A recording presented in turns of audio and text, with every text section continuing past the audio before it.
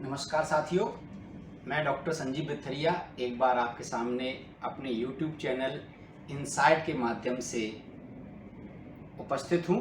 आज इतिहास का जो एक महत्वपूर्ण टॉपिक है, जिससे अंग्रेज़ों की नस्लीय भेदभाव की नीति उजागर हुई और जो स्कूली शिक्षा से लेकर कॉलेज स्तर की शिक्षा तक सभी में बहुत उपयोगी है। कई उससे प्रश्न बनते हैं, उस पर चर्चा करेंगे। यानी कि आज हम इल्बर्ट बिल पर चर्चा यहाँ करने वाले हैं। कुछ समय से मेरे पास कुछ कॉल्स और मैसेज भी आए थे, सर इल्बर्ट बिल पर एक वीडियो बना दिया जाए, तो आज उसी पर उपस्थित हैं। चलो इल्बर्ट बिल पर अपन यहाँ पर आज चर्चा करते हैं। साथियों, अंग्रेजों ने जब भारत पर अधिकार किया तो उन्होंने दो प्रकार के कानूनों के लिए व्यवस्थाएं की। जैसे कि आज भी भारत में यही प्रचलित है, एक दीवानी और एक फौजदारी। दीवानी कानूनों में व्यक्ति संबंधित कानून बनता था, उसमें कोई भेदभाव उन्होंने नहीं रखा। लेकिन फौजदारी कानून में 1861 के बाद उन्होंने कुछ व्यवस्थाएं की। उन व्यवस्थाओं के अंतर्गत ये था कि जो ग्रामीण क्षेत्र थे, उन ग्रामीण क्षेत्रों में यूरोपीय लोगों का मुकदमा यूरोपीय जज ही सुन सकते थे, जबकि प्रेसिडेंसी जो रीजन थे, यानी कि मुंबई है, कलकत्ता है और उस आज का चेन्नई, उस समय का जो मद्रास था, इनमें ऐसा कोई भेदभाव नहीं था। यानी यूरोपीय लोगों का और भारतीय लोगों का मुकदमा भारतीय जज भी सुन सकते थे और यूरोपीय जज भी सुन सकते थे। लेकिन ग्रामीण क्षेत्रों में ये व्यवस्था भिन्न थी। यूरोपीय लोग ग्रामीण क्षेत्रों में, जो यूरोपीय लोग भी और भारतीय लोग भी थे, उनका मुकदमा यूरोपीय जज तो सुन सकते थे, लेकिन भारतीय जज यूरोपीय लोगों का मुकदमा नहीं सुन सकते थे। इस प्रकार की कुछ व्यवस्थाएं उस समय चलन में थी। और लॉर्ड रिपन 1880 से लेकर 84 तक गवर्नर जनरल बन के आए भारत में। उस समय जब गवर्नर जनरल बन के आए तो उनका कार्यकाल भारतीय की दृष्टि से देखा जाए तो भारतीय दृष्टि से उन्हें बड़ा उदार, सभी जितने भी गवर्नर जनरल की जो सूची है जो भारत में रहे, उनमें सबसे अधिक वो उदार रहे। उनको संत की पदवी मिली। इस प्रकार से उनके जो कार्य थे उसके आधार पर भारतीयों का वो दिल भी जीतने में सफल रहे। इसी समय दोस्तों एक ऐसी घटना घटी कि 1872 में, उस समय जो जनपद सेवा जिसको बोलते थे, उसमें 3 भारतीय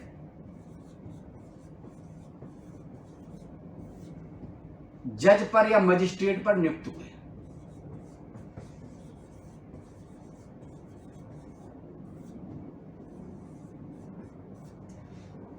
1882 में उनका क्या हो गया,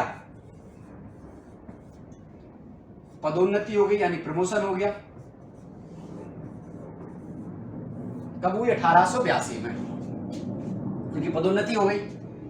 इन्हीं में से जो 3 जज थे, जो मैंने कहा जो 3 जज थे, इन्हीं 3 में से एक जज थे बिहारी लाल गुप्ता। ये पहले कलकत्ता प्रेसिडेंसी में नियुक्त थे। प्रेसिडेंसी मतलब जहां अंग्रेजों का सीधा नियंत्रण हुआ था। प्रारंभिक में मुंबई, कलकत्ता और मद्रास, ये 3 प्रेसिडेंसियां थी। उन प्रेसिडेंसियों में 2 प्रकार के कानून चलते थे।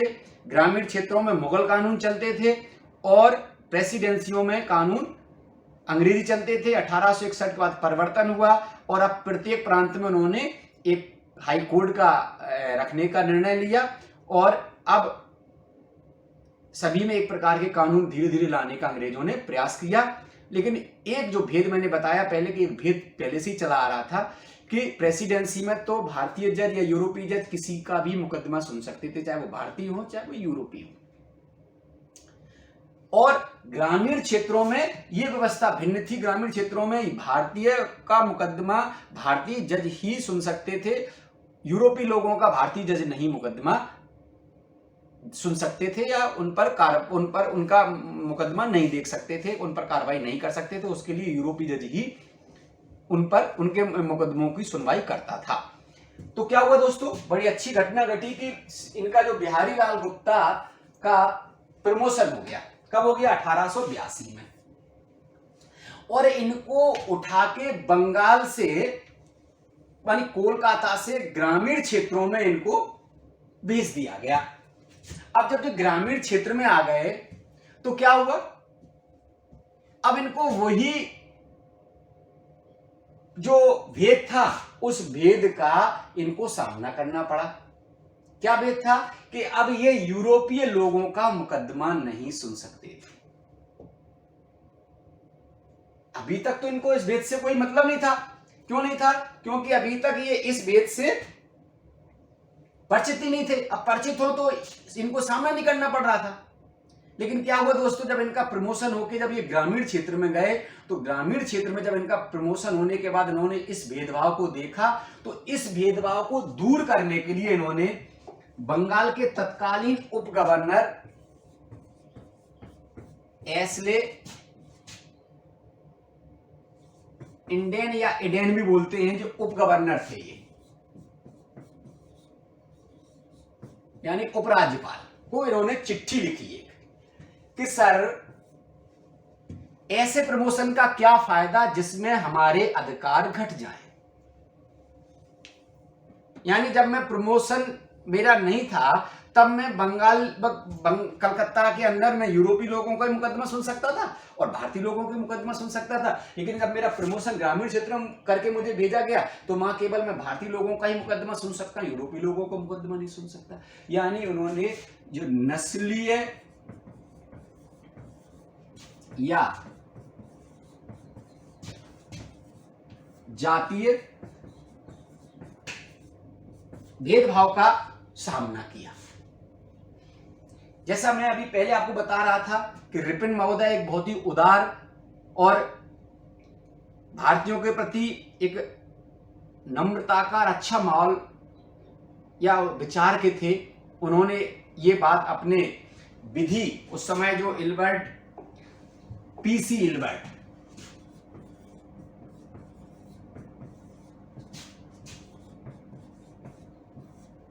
कौन थे? पीसी इल्बर्ट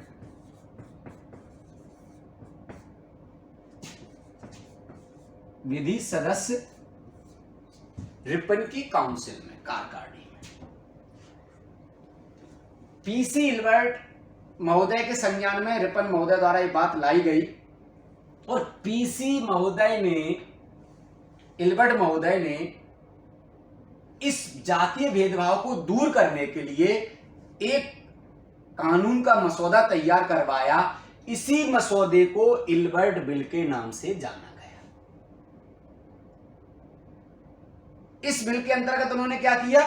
उन्होंने जातीय भेदभाव को समाप्त कर दिया। यूरोपीय जजों का और भारतीय जजों का समान अधिकार कर दिया, चाहे वो प्रेसिडेंसी एरिया हो और चाहे वो ग्रामीण एरिया हो। दोनों एरिया में भारतीय जज यूरोपीय लोगों का भी और भारतीय लोगों का भी मुकदमा सुन सकते हैं। ऐसा ये 2 फरवरी 1883 में एक कानून लेकर आए। लेकिन जैसे ही दोस्तों ये कानून लेकर आए, वैसे ही भारत में बसने वाले यूरोपियों ने इसका बहुत तीव्र विरोध किया। इतना तीव्र विरोध किया कि पीसी इल्बर्ट महोदय से लेकर रिपन महोदय तक किसी को भी अंदेशा नहीं था कि इसका इतना तीव्र विरोध होगा। और भारत में ही नहीं, यूरोपीय देश, खासकर इंग्लैंड में भी रिपन का बहुत अधिक विरोध हुआ। लोगों ने, यूरोपीय बसने वाले लोगों ने चंदा करके रिपन के खिलाफ लड़ाई लड़ना शुरू कर दी। कुछ लोगों ने, उस समय इतिहासकारों ने उन्हें लिखा है कि रिपन को क्या कहते हैं, अगवा कर स्टीमर में डालकर लंदन क्या कहते हैं भेजने की इन्होंने प्लानिंग की। कुछ लोगों ने क्या कहते हैं जब चाय के बागान में आएंगे वहां अपहरण कर लिया जाएगा। यानी इस तरह की एक अशांति का माहौल क्रिएट हो गया कि जिससे भारतीय लोगों के मन में एक इंग्लैंड के अभी तक जो इंग्लैंड की जो नीति थी वो इंग्लैंड बड़े उसको चतुराई से भेदभाव की, नस्लीय भेदभाव की, जिसको वो नीति को कभी उजागर नहीं होने देते थे, बड़ी चतुराई से उसको टाल दिया करते थे। लेकिन इस इल्बर्ट बिल के सामने न केवल भारतीयों के मन में बल्कि पूरे विश्व के अंदर अंग्रेजों की नस्लीय नीति उजागर हुई। अब दोस्तों इतना उन्होंने हंगामा क्यों किया? इस हंगामा के पीछे एक बहुत बड़ी वजह थी कि ग्रामीण क्षेत्रों में जो चाय के बागान हों या जो खेतीहर मजदूर हों उन पर अंग्रेजी लोग बहुत मजदूरों पर, लोगों पर बहुत अत्याचार करते थे। बहुत अधिक अत्याचार करने के कारण क्या कहते हैं ये लोग जब इनकी शिकायत करते थे अकारण छोटी छोटी क्या कहते हैं गलतियों पर उनको क्या बड़ा जुर्माना लगा देना, मारपीट करना, हत्या कर देना, भारतीय महिलाओं के साथ दुर्व्यवहार करना, इस प्रकार की चीजें ये आम बात थी ग्रामीण क्षेत्रों में। अब अंग्रेजों को पता था कि अंग्रेज ही यूरोपीय हमारे जज होते थे, छोटा मोटा जुर्माना देके मामूली सजा में वो आराम से निकल जाते थे। लेकिन अब क्या होगा? अब भारतीय जज अगर मुकदमे को सुनेंगे तो उनकी ये सौदेबाजी और ये बार्गेनिंग या क्या कहते हैं नस्लीय जो अभी तक चल रही थी इनकी, वो अब नहीं चल पाएंगी। अब भारतीय हमारे साथ क्या कहते हैं कठोर से कठोर दंड दे सकते हैं। अतः डर गए यूरोपीय भारत में बसने वाले और उन्होंने इसका जोरदार तरीके से, पुरजोर तरीके से विरोध किया। दोस्तों स्थिति ये हो गई कि रिपन जैसा एक क्या कहते हैं महान उदार व्यक्तित्व इस सरकार से, इस यूरोपीय कम्युनिटी से डर गया और 26 जनवरी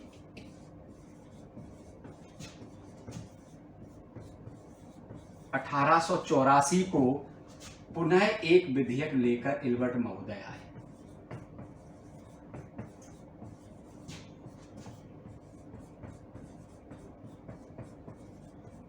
इस विधेयक के अंतर्गत अब यह कर दिया गया कि ग्रामीण क्षेत्रों में बसने वाले यूरोपीय लोगों को अगर भारतीय क्या कहते हैं मुकदमा कोई लाया जाता है तो यूरोपीय लोग इसको मना कर सकते हैं और जूरी के समक्ष पेश करते सकते हैं। इस जूरी की जो सदस्य संख्या हो गया वो कितनी होगी? जूरी की 12 सदस्यीय जूरी होगी और इस 12 सदस्य में कम से कम 7 लोग या तो यूरोपीय हों या यूरोपीय अमेरिकन हो। सोच लो आप कितने नस्लीय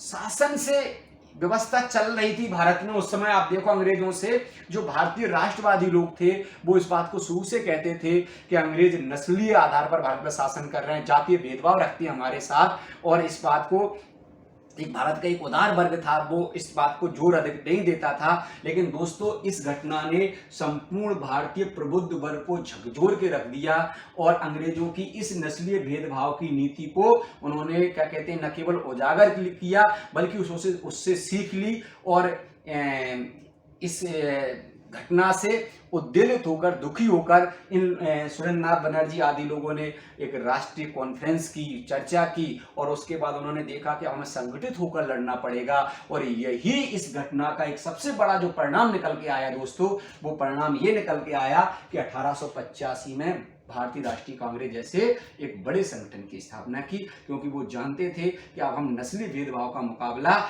इनके लिए संगठित होकर ही कर सकते हैं। अंग्रेजों से जब यूरोपीय इनकी एकता की बात आती है तो अंग्रेजों से हम किसी प्रकार की सुधार की या किसी प्रकार की समानता की या किसी प्रकार की हम कोई ऐसी गुंजाइश नहीं या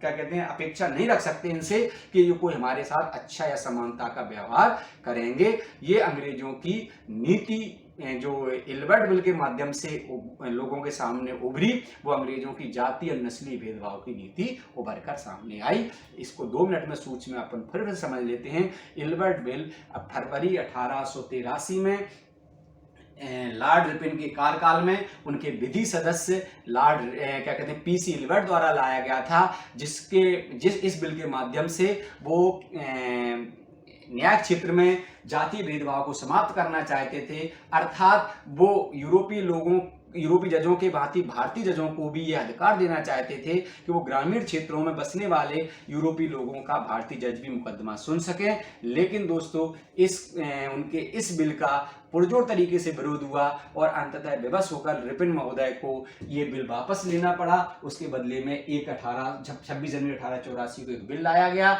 जिसके माध्यम से जूरी सदस्यों के माध्यम से इसका क्या कहते हैं निराकरण करने की बात कही गई।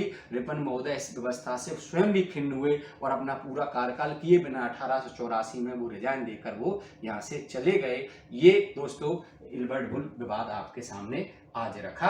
आपको अच्छा लगा होगा। अगले वीडियो में मैं पुनः जल्दी उपस्थित होऊंगा। तब तक घर में रहिए, पढ़ते रहिए, सुरक्षित रहिए। धन्यवाद। जय हिंद, जय भारत।